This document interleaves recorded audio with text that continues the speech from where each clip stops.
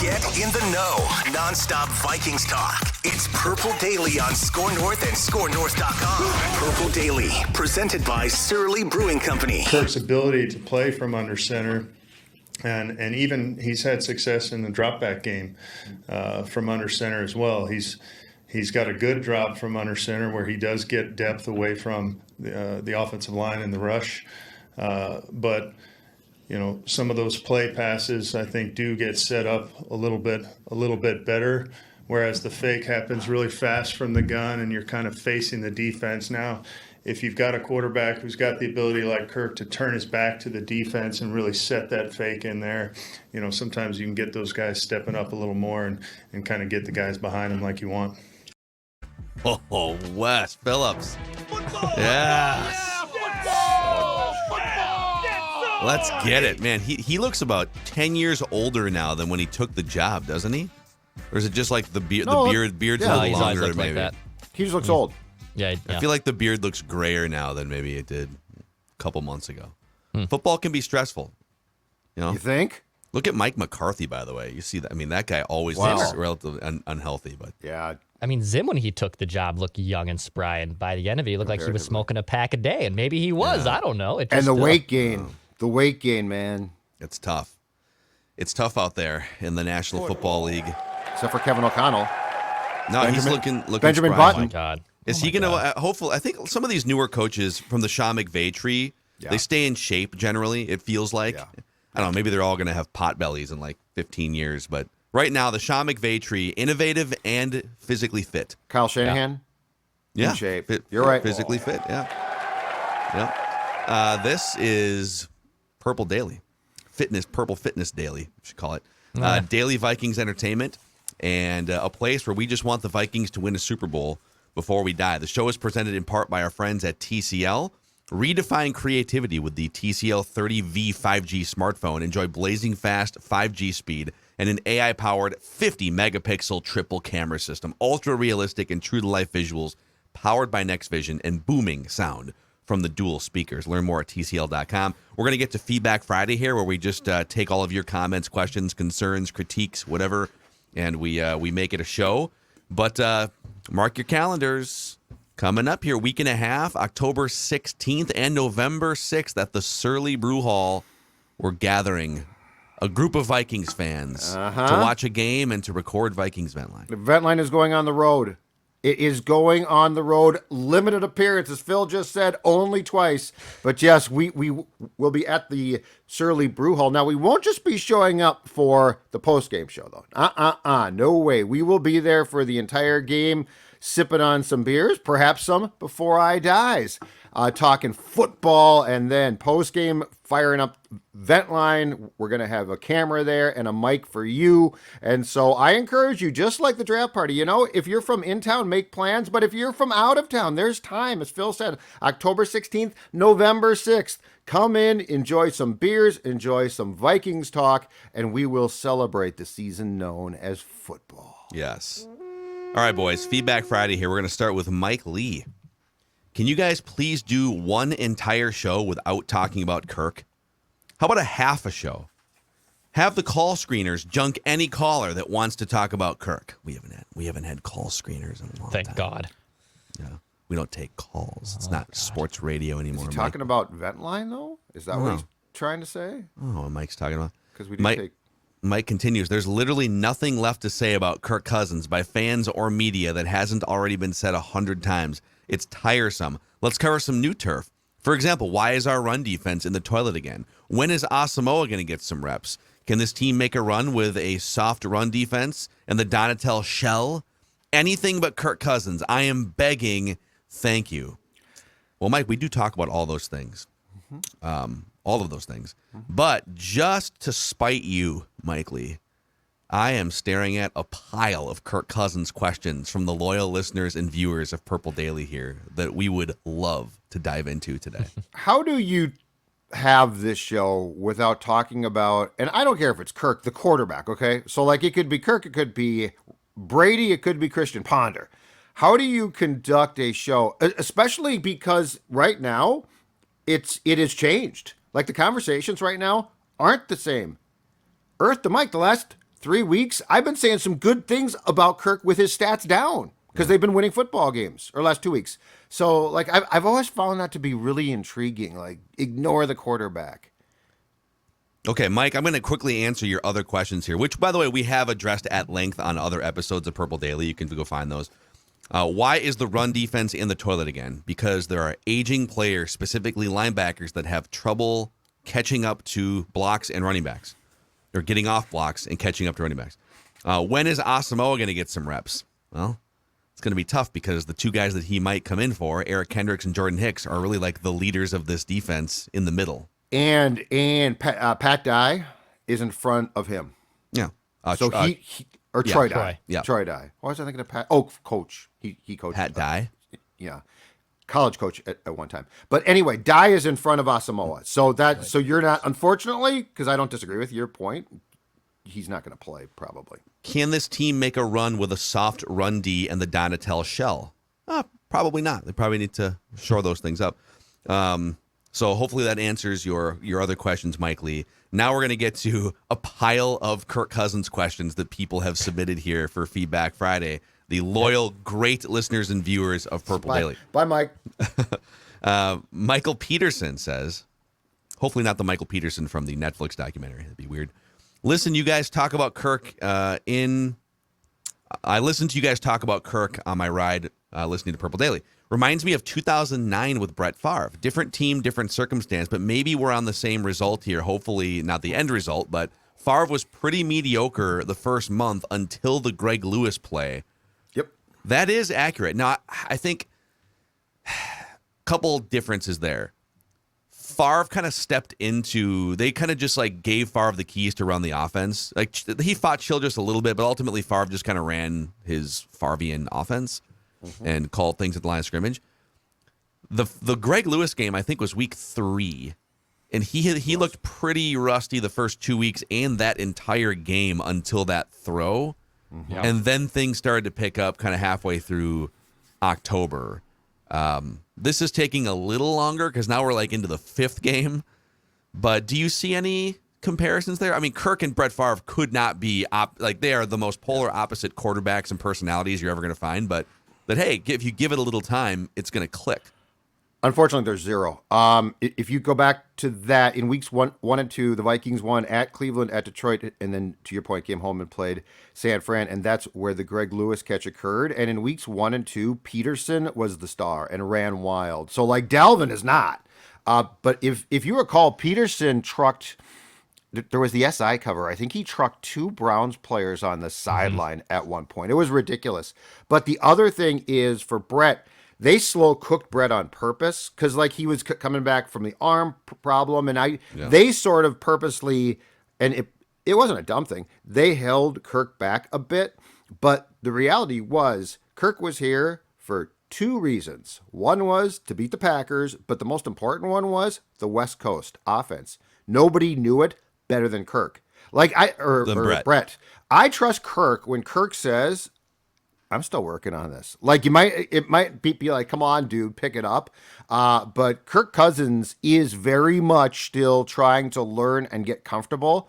Brett Favre, the second that they said go, was comfortable. It was literally just shaking the rust off for Favre and that arm. Yeah, and so the rust came off with that Greg Lewis throw. And then the next week, home against Green Bay, one of the best games of his career, 271, 3 touchdowns, no interceptions, under a bright spotlight. Then they beat St. Louis.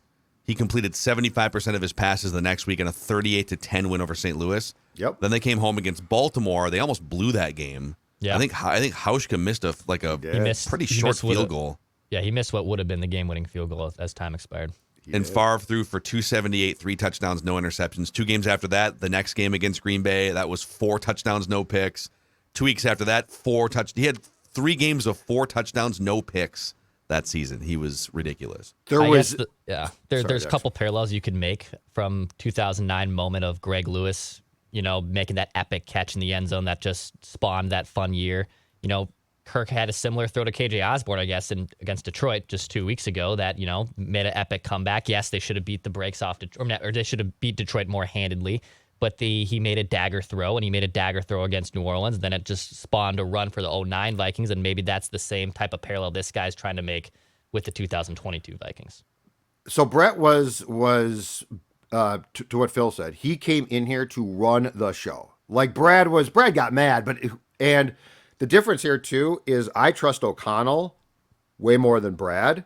And so I think if this is going, I never perceived Childress Favre as like a team. It's Brett Favre's show, and Brad, if you want to come to practice, that's awesome. Yeah. With KOC and Kirk Cousins, it very much is going to have to be a partnership.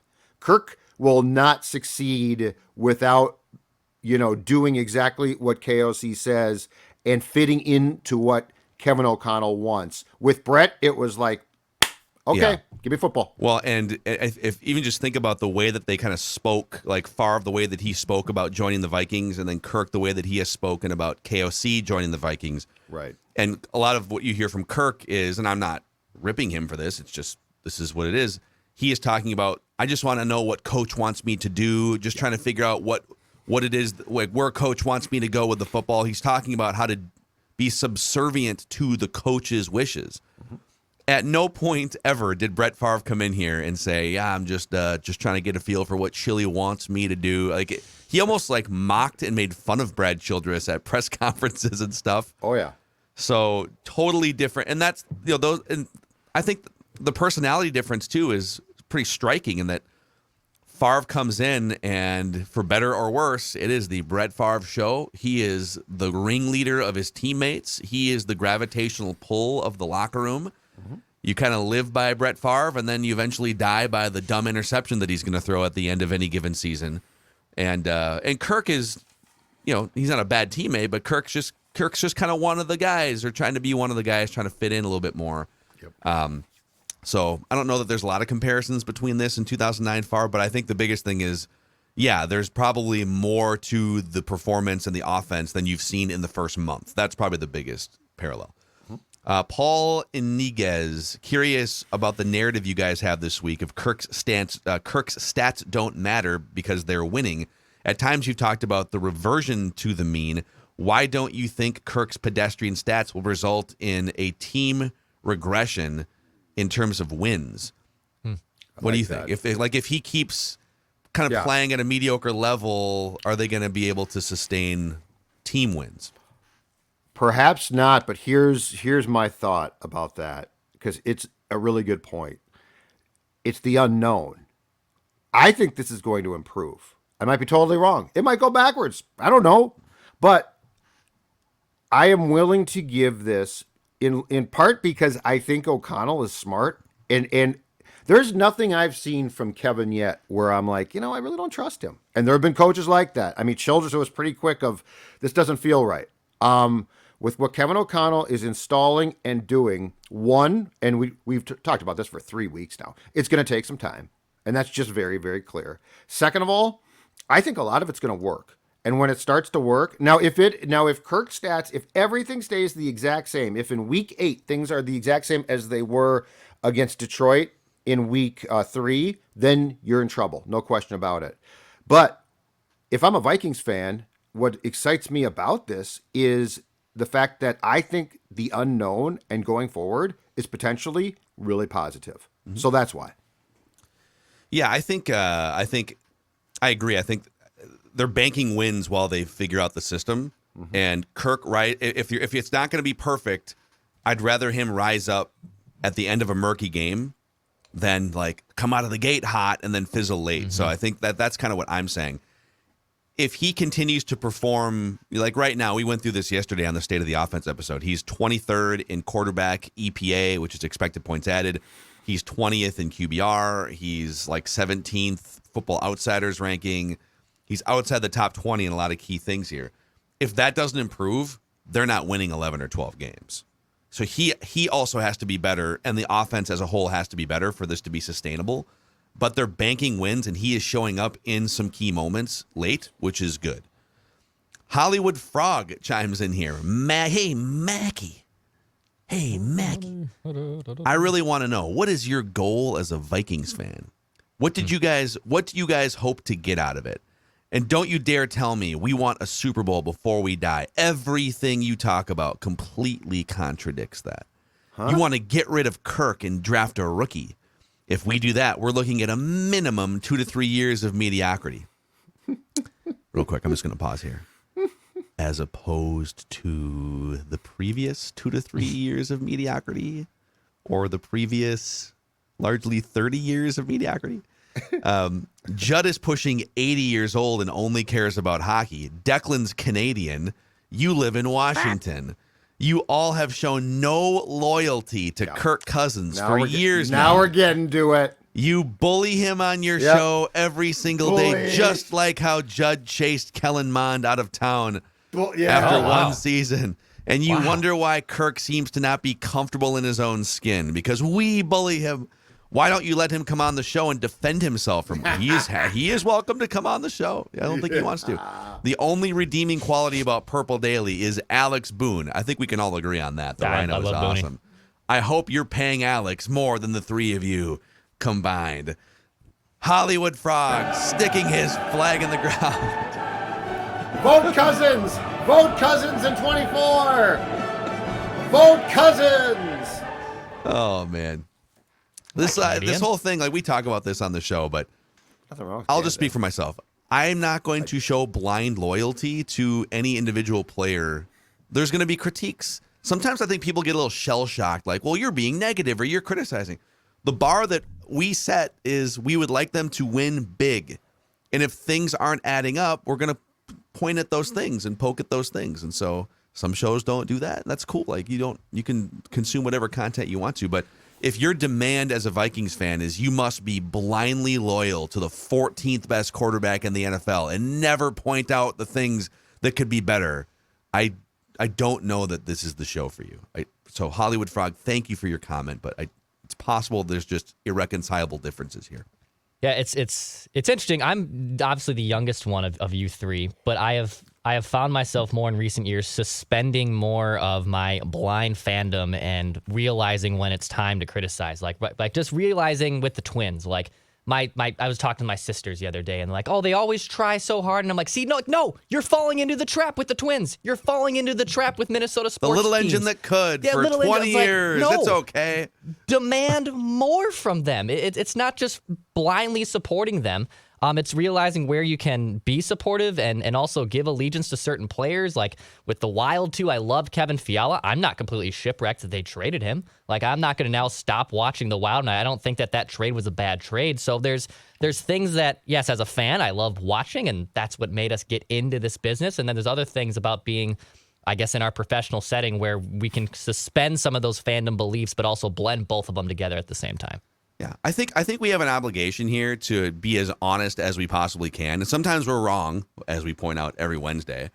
It's not being there's this thing in media the last 5 years where if you criticize something, you are a hater. You're not part of the team anymore. You're a hater. It's like, okay, I mean, whatever you want to call it, I guess. All right, JD Davis, to my Purple Daily family. I grew up in New York until the age of 10, started playing football when I was 6, so naturally I started watching it on TV. During the 98 season, the Vikings were on TV more than usual. Randy Moss became my favorite player of all time, and I somehow became a Vikings fan despite nobody in my household being one. In 2002, we moved to Georgia. Never lost my fandom. 30 years old now, and just want the Vikings to win a Super Bowl before I die. Shout out to the whole Purple Daily crew. You guys keep it real. JD. Beautiful. Love that. Love so many that. Vikings fans around the country. Yep. All right, Josh Salvino here. All caps. You guys need to stop being secret Kirk Crusaders. I agree with a lot of the points you brought up on this week's show, but I'm getting concerned about one aspect, your demand of greatness. Kirk is statistically worse this year and than previous years. Yes, he is creating flashes of clutch that we have seen that have been missing in the past. And I fully agree with you guys that he's not hitting on all cylinders yet. We see flashes of what this offense can truly be, but why are we okay with Kirk underperforming so far? How many great teams from all over the league on a yearly basis can consistently prove not only can they pass for 300 yards a game, but have a solid run game, still win. You guys are getting blinded by the team wins and not nitpicking enough on the people who are deserving of it. Not bashing you guys. Huge fan of the show. Just saying. Okay. First of all, no. They're 3-1. A year ago, 1-3. Kirk is not putting up meaningless stats. Again, I would love to parse through Kirk's stats like we are. I mean, his stats are down, no question about it, but I would love to parse through them to a point where we could actually say, you know what, these are Cousins stats when it meant something. Because I have watched a lot of yards be put up when the game is finished. Well, we have done that throughout. Like throughout his career, he has shown a trend of he is not nearly as good on third down, not nearly as good when the opposing team knows he has to pass, not nearly as good final 4 minutes of fourth quarter. And I'm saying like 2020 opener against the Packers, they're kicking your ass, and then in the fourth quarter, Cousins just goes crazy, throwing up stats, and the score gets closer. But you know what? It means nothing. The other thing is, one, I still don't think he can win a Super Bowl. So, like, I'm not saying, like, I think it's different and changed to a point of a championship. Do I think that this Kirk Cousins is more relaxed and, more importantly, has a coach, and this is what he needs. He needs a support system that's going to support him, yes. But also, keep in mind, ladies and gentlemen, those of you who only watch the Vikings, as Tom Brady said yesterday when asked about parity, I see a lot of bad football, not parity. Last night, there was a standalone game that set football back to the 1940s, okay? Mm-hmm. So let's keep in mind, I don't think the Vikings can win a Super Bowl, and I think that there are a handful of really good teams. Other than that, it's garbage right now. So if you are watching the Vikings and thinking, yeah, but who are the Yankees out there coming to get us, and who is this team and that team? You know, Chiefs, Eagles, like we can find probably 5 teams, Buffalo. But the reality is the league right now, this is awful. So you have a chance. Watch the rest, watch individual games, and you will realize the chance that you have right now. Yeah, they're kind of emerging from the wreckage here, which is good. That's what they should be doing. And to your point, they're banking wins while not playing their best. There's a lot of teams that aren't. Yeah. Michael Hacker. Hey, fellow Vikings fans. I do watch both Score North and Purple Daily, but I watch more of Purple Daily because I'm mainly a Vikings fan. And my question is, how on earth did you guys end up getting Alex Boone to do shows with you guys? Love the show. Ignore the haters. They're just jealous. You're living out their dreams. Skol. Yeah, we met. So, I mean, Alex played for the Vikings in 2016. Mm-hmm. And Judd and I think that was they were opening US Bank Stadium that year. And before the season started, there was like a media day there. And Judd and I were doing our 4-hour radio show from the purple couch section of the suite level. And the Vikings, after a practice or something, the Vikings brought Alex Boone up to be on our show for like 15 or 20 minutes. Yeah. And we kind of yucked it up off mic. He came on the show. It was great. It's like, oh, we got to get that guy on again. He's a bundle of entertainment.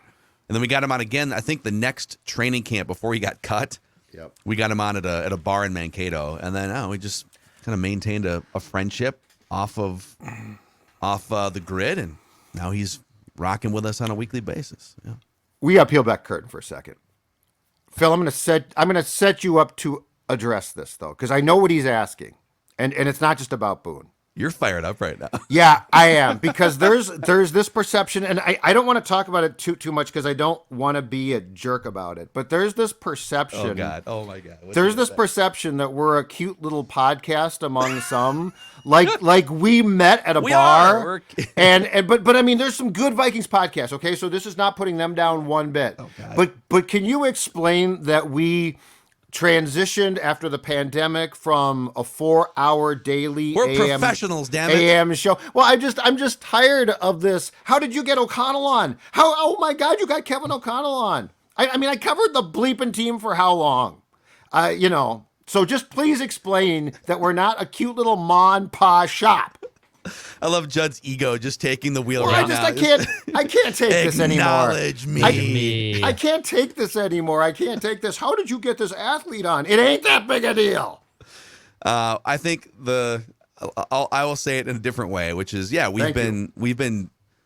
used to host a radio show for several years on 1500 ESPN, and we've covered the teams through Judd with the Star Tribune, me at 1500 ESPN, Star Tribune. So we've been able to lucky enough to build some connections here and there and some relationships, and it helps grow the show. So yeah, there.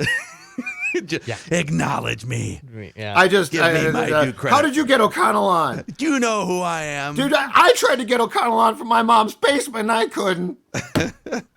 All right, it's time to hear now from our chief bar food officer of Purple Daily's leadership cabinet.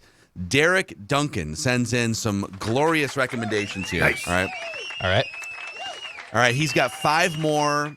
These are from outstate Minnesota, northern Minnesota. 5 new bar food recommendations. Okay, are you guys ready? List. Yes. Mm-hmm. From Smoky Jake's Barbecue in Aiken, Minnesota. Loaded fries with brisket, cheese-covered fries with brisket meat on top, along with barbecue sauce and jalapenos. Mm-hmm. I can't do the jalapenos probably.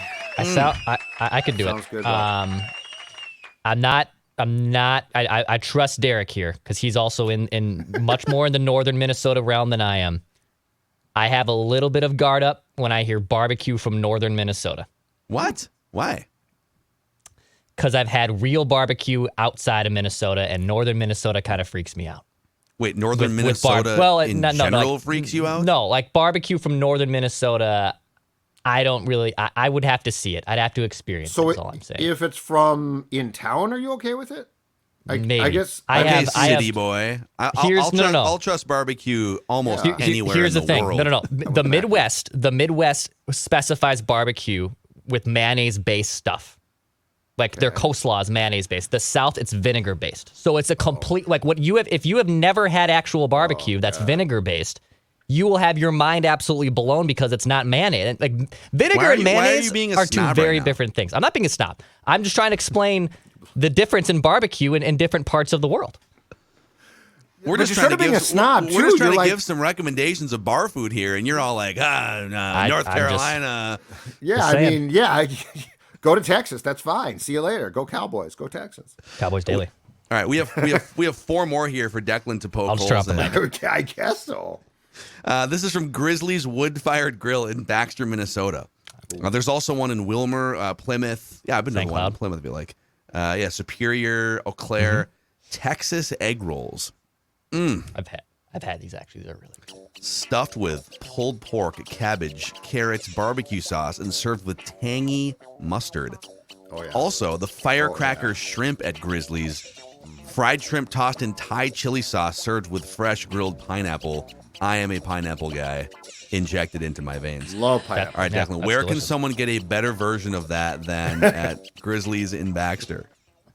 I don't know. I've had that. I've been to Grizzly's numerous times. There's one in St. Cloud. It was like one of the few restaurants I enjoyed going to in St. Cloud. So yes, that sounds delicious. Sign me up for that. From the Tall Tavern Bar and Grill in Cushing, Minnesota, the bacon cheeseburger pizza. Ooh. Okay. All right, this is Too Tall sauce topped with hamburger, bacon, mozzarella, cheddar cheese. You can ask them to add a few pickles as well. I'm in on this as well. Bacon cheeseburger pizza. And then one more here, the Rock Bottom at the Y in Garrison, Minnesota. Chicken bacon ranch wrap. Crispy chicken, applewood smoked bacon, lettuce, tomato, and ranch, served with sweet potato fries. There are your latest bar food recommendations from the chief bar food officer of Purple Daily. Derek, that's awesome. I will say this, and it's going to sound weird, but I don't mean it to be weird. I'm being truthful here. A well-placed pickle on a sandwich is really good. A well-placed pickle? Like I'm not a pickle, but I don't go to a pickle jar and I'm like, I love pickles. What do you mean by well-placed though? Like on the right with the right food. Like if it's combined with the right food, mixed in, like on a sandwich, it can be really good. And it's a major enhancer. It's a fullback. Like you're not going to give it the ball. Fullback's not an enhancer. What are you talking about? A fullback's an enhancer for a running back. Fullback is an enhancer in the offense. Fullback opens the hole for the running back to go through. What I'm saying is the delicious sandwich is only enhanced by the fullback known as the pickle. between Judd's pickle placement and Declan just going random Declan barbecue ripped snob it. here. I don't know what to Declan make ripped of this. it. I'm saying a pickle. I'm talking about the enhancement. Declan just ripped the whole thing. Declan's like, unless you were in this specific town in Yeah. Texas, Yes. barbecue is not When I was worth in your Lubbock, time. when I go to Lubbock, which I fly to every other Friday to get a sandwich, then you're talking. Just saying. That was great. By the way, speaking, I have another food recommendation from Nutrisource, our friends, the official dog food of Mackie and Judd, Purple Daily, Maya Mackey. We got Maya Mackey here, slow motion on the YouTube channel, just licking her chops over a scoop of Nutrisource. Stella over at the Zolgad household also likes to get up early and wake Dad up at like 6 o'clock for some Nutrisource, Judd. And then at 9 o'clock, it's time to go back outside because it's treat time. So we are talking. She gets the 2-for-1 breakfast and a treat before Dad starts, and you know why? Because it's Nutrisource that she loves so much. Dad, he's okay. Nutrisource, that's what Stella Zolgad absolutely loves. NutrisourcePetFoods.com. You can find Nutrisource. It's a Minnesota-based company. You can find them all over the place. Also, a shout out to our friends over at Prize Picks. This is a really easy way to play daily fantasy. So Prize Picks, you pick, for instance, you pick a player in a Vikings game, and then you pick a player in another game, or you pick a player cross sport, maybe some MLB playoffs, and you pick an over-under on their projections. You can win up to 10 times on any entry. Use the promo code NORTH, and Prize Picks will match your first deposit up to $100. Promo code NORTH, Prize Picks will match your first deposit up to $100. Check them out, prizepicks.com and the Prize Picks app.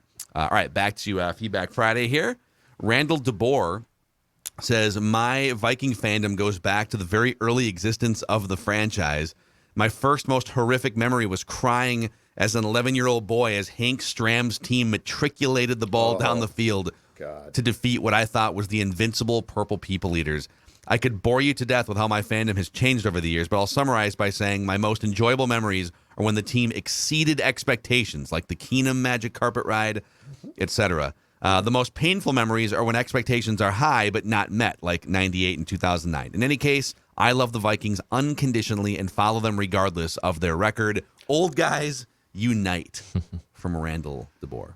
And I think that's incredibly fair. And I will say this, to go back to the potential 2009, 2022 comparisons, this feels, and to me it's incredibly important, this feels fun so far. This feels like, and it's I think it's a combination of the unknown, which is important here, and it just feels, and this is where I like O'Connell, it's such a breath of fresh air, right?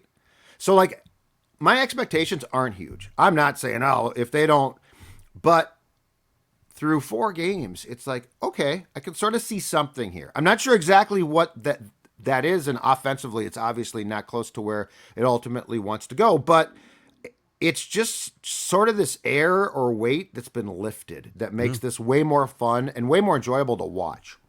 Josh T chimes in here, says via the Score North app. By the way, that's where you can submit feedback every single week. If I didn't say that earlier, the Score North app is a great place to send us feedback. I could not agree more with your statement on Vikings vent line of go win anyways. I think a lot of people thought that going from Zimmer to KOC would lead to a bunch of blowout games where we're just winning by 2 touchdowns every week. Yeah. That just doesn't happen with the way the league is now. I was looking at games around the league this year. So far, 50% of games have been within 1 score going into the 4th quarter, and 50% of the games that are not that close, 30% of those ended up in a comeback win or loss by less than a field goal. It's hard to blow teams out in the NFL. Yes, they've had a ton of missed opportunities, drop passes, settled for field goals, etc., but so has every other team. I'll end with this. It's a heck of a lot better to be 3-1 with things to clean up than 1-3 with a team that looks great but can't close the door. Go win anyways. Love it. I think that slogan's taken off here. Love Just it. go win. Yes. This Bears game this weekend is going to be one of those. Just go win it. However, weird travel week. We'll get into the purple picks tomorrow. Yep. Nice. Mark Edwards, I can't understand how there are so many of our slappy fans that are so negative when we're 3-1. It's not a beauty contest. This is building character for this team, and we've not peaked yet. We're collecting W's. Love the show. I'd like to throw my application out to be the VP of Pacific Northwest Regional Purple Daily Recruitment. We can make that happen. Right by you. It is, yes. I tell random strangers every day to listen to Purple Daily and Score North, even carry a small sign in my truck to advertise. There is a lot of untapped listeners here in Southwest Washington. One last thing, I have a 52-minute drive home from work each day. Therefore, I would kindly like to request that your show is at least that long, 52 minutes. Again, so happy to have this daily wonderful connection with our Skull family across the nation. Thank you, Macadac, Sports Dad, and Game Day Goff. Oh. There's your new nickname. All right, QB1. The great I would say it's Canadian. more like Barbecue Snob Goff would also. Game Day Golf. Sucks. Mayonnaise, sucks. Damn Canadian. That's hilarious. Mark, awesome, man. Thank you. Keep spreading the word about Purple Daily. And then from Caitlin Hoff here. Hello, just want to thank everyone involved with the show. I've watched every single day since late 2020. I'm a diehard fan. I was born and raised in Excelsior, moved to Oregon in my early 20s. My boyfriend and I just moved back to Minnesota after 10 wonderful years out west because we have a baby. He loves you guys. A lot of the time, if he's ever fussy or upset, the baby, I would assume, we put Score North on, and he almost immediately stops crying and is completely fixated on you guys. Again, I think she's talking about the baby and not her boyfriend. Especially Judd. He loves Judd. Thanks for basically helping us raise our kid. We actually moved less than a mile from the Surly Brew Hall, so we will come catch a game there with you guys. Thanks for the great content. Love it. Judd, you're going to wind up babysitting for big these with I kids, want to family see here. Judd hold a baby so bad. Yeah, it's been on my I've done bucket it. list for years. I've done it. I hate it. I'm not good at it. Yeah, I'm not good at it. No, but you got to support the head. And so, like, Yeah, you get the newborn. Everyone gets freaked out of the newborn because it's small and fat. 'Cause the I head's- prefer the newborn's easier, and then like the toddler who's Sure. a little smarter and stronger. I want The to see newborn's Judd hold. easy. Yeah, The I hand want to see flopping Judd hold around, I like a don't like. 2-year-old. Like the baby, I think Judd would handle. I want to see Judd No. hold like a No, a kid no. that's not a Learn to walk. Learn to walk. Go get me a beer. Yeah, no, I'm not holding a 2-year-old. I'll hold a baby, but I don't like the flopping head. the flopping head. The baby's head flop. Newborns, you their just- heads I flop know, but around. it's just- I don't like it. You just put a little hand around the neck. It's fine. Not the front of the neck. Yeah, I the understood only what I did there. the only bobbleheads I like are my God. bobbleheads. I don't like babies whose heads go like that. I want a line of people to bring babies up to Judd at the No. Surly Purple Daily viewing party on October 16th No, Judd and doesn't November want that. 6th. Just a Hello. line of people. Sports Dad does not want that. Please hold my baby. I'll All talk right. to your kid though. That's a wrap on this Feedback Friday edition of Purple Daily here, where we just want, again, we set a high bar here. We want the Vikings to win a Super Bowl before we die. There's a grace period when you have a new coach. Let's see what happens. We appreciate you guys hanging out with us every single day. We'll see you tomorrow.